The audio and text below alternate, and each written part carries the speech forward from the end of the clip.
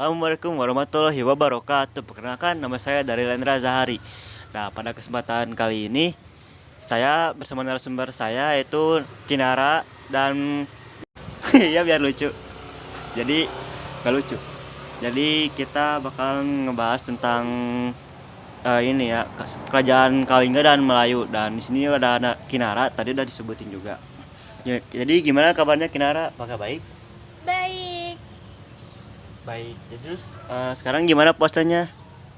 alhamdulillah lancar. Gimana sih kalau kalian sendiri kayak gimana? Masih bolong-bolong atau masih puasa nih sampai sekarang? Oh, kalau aku sendiri masih sebenarnya lancar aja, jadi gak ada bolong-bolong apa. Kalau Ajis? Alhamdulillah lancar ya, sejauh ini belum ada bolong-bolong gitu. Baik. Oke, tadi jadi puasanya tuh lancar ya. Terus kita juga ya sudah, jadi sampai situ aja. Dan kali ini langsung saja ke pertanyaan. Dan untuk yang pertama itu, gimana sih perkembangan dari kerajaan Kalingga ini?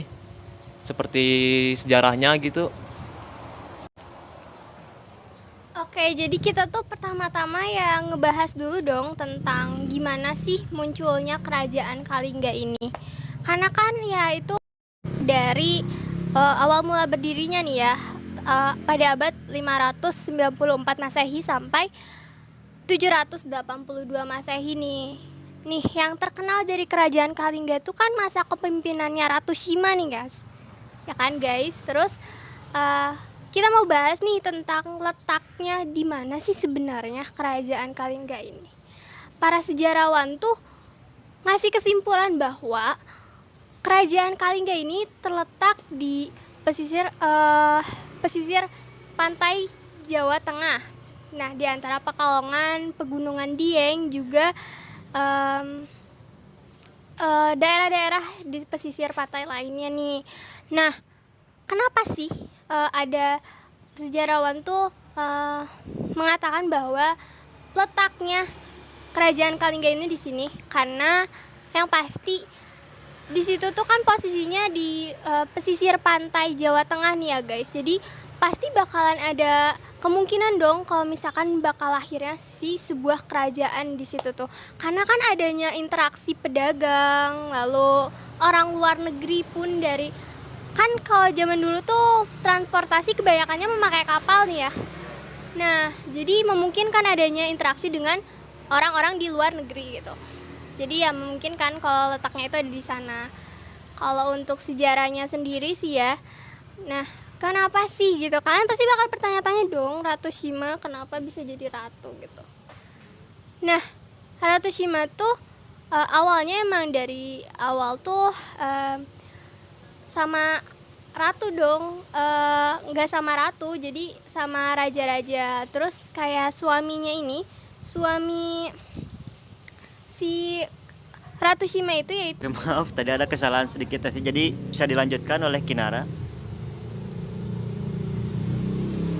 oke, jadi aku mau ngebahas tentang lanjutan dari si Ratu Shima ini.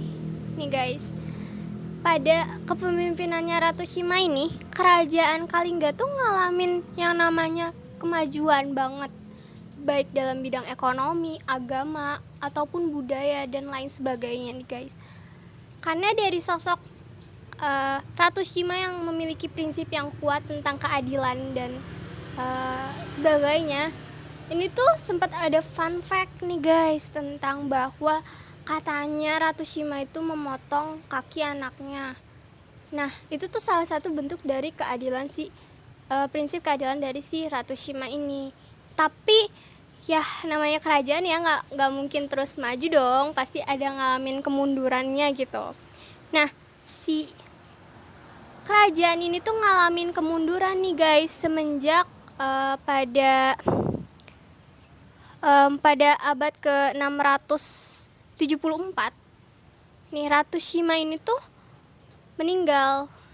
Nah, kenapa bisa ada faktor kehancuran kerajaan ini tuh? Karena yang pertama nih, ada faktor kalau misalkan kerajaan ini tuh mengalami kekalahan dari kerajaan Sriwijaya.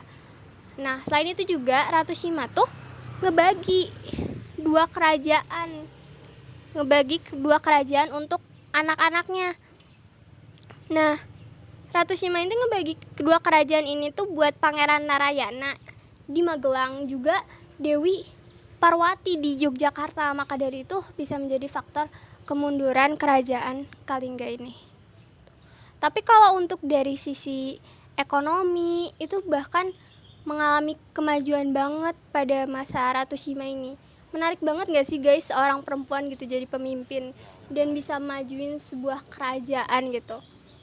Itu keren banget sih, dan ya sosoknya itu bisa jadi panutan lah buat kita semua, terutama ya kaum perempuan. Makanya saya tuh tertarik banget nih buat menggali tentang kerajaan Kalingga ini. Oke, jadi tadi sudah dijelaskan tentang kerajaan Kalingga. Jadi itu memang menarik banget ya, apalagi kan kerajaan Kalingga itu dipimpin sama oleh ratu gitu. Dimana yang terkenal di Indonesia tuh udah dipimpinnya oleh seorang raja gitu. Jadi kapan lagi? Nah, itu kesimpulannya bagus sih. Kesimpulannya itu bagus sih kayak gitu. Nah, ini ada Ya dari yang udah dijelasin sama narasumber Kinara, mungkin segitu ya kalau untuk kerajaan Kalingga. Dan kita akan lanjutin buat kerajaan Melayu. Oke, mungkin sekian aja penjelasan kerajaan Kalingga dari saya. Selanjutnya akan menjelaskan kerajaan Melayu. Sampai jumpa di episode selanjutnya. Bye. Kalian pada tahu gak sih soal kerajaan Melayu? Nggak tahu. ya dari kalau gitu kita nonton video aja. Mana? Ini Mana? Oh ya, ayo nonton aja. Hari ini aku bakal ngebacain kalian tentang sejarah kerajaan Melayu. Jadi, kerajaan Melayu itu adalah satu kerajaan awal di Indonesia yang terletak di Jambi. Berasal dari kawasan hulu Sungai Batanghari, kerajaan ini memiliki sejarah yang relatif sama dengan kerajaan Sriwijaya, yang juga terletak di Sumatera. Kerajaan Melayu memiliki sejarah yang berlangsung dari 645 hingga 1286 Masehi. Dengan puncak kejayaan terjadi pada masa Raja Adityawarman yang memerintah dari tahun 1347 sampai 1375. Kerajaan Melayu terletak di Jambi dan memiliki sejarah yang bercorak Hindu-Buddha.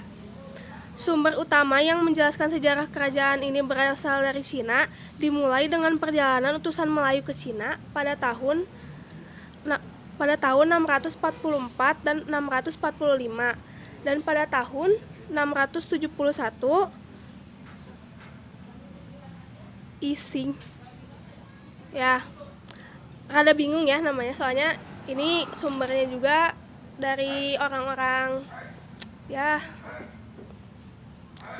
mengunjungi kerajaan Melayu dalam perjalanannya ke India. Namun, pada tahun 685, Melayu sudah menjadi wilayah kerajaan Sriwijaya. Kerajaan Melayu memiliki raja-raja yang memerintahnya, seperti Tribuana-raja. Susah banget ya guys namanya guys, maaf ya kalau penyebutannya salah. Terus juga ada Akarendrawarman, Adityawarman, Ananggawarman, Wijayawarman, dan Putih Panjang Rambut II. Pada masa Adityawarman, kerajaan Melayu mengalami ekspedisi Pamalayu pada tahun 1275, di mana Kartanegara mengirim tentara ke Melayu untuk membebaskan kerajaan ini dari kekuasaan kerajaan Sriwijaya dan membentuk kerjasama sebagai kerajaan yang berserikat. Kerajaan Melayu memiliki berbagai peninggalan sejarah, seperti prasasti Among Hapasa yang ditemukan pada Padang Coro, prasasti Suraso di Kabupaten Tanah Datar, dan prasasti Batu Sangkar di Kabupaten Tanah Datar juga. Ya, jadi segitu aja ya guys. Maaf nggak bisa nyampein panjang lebar karena ya keterbatasan juga ya, keterbatasan info. Terima kasih guys. Dadah.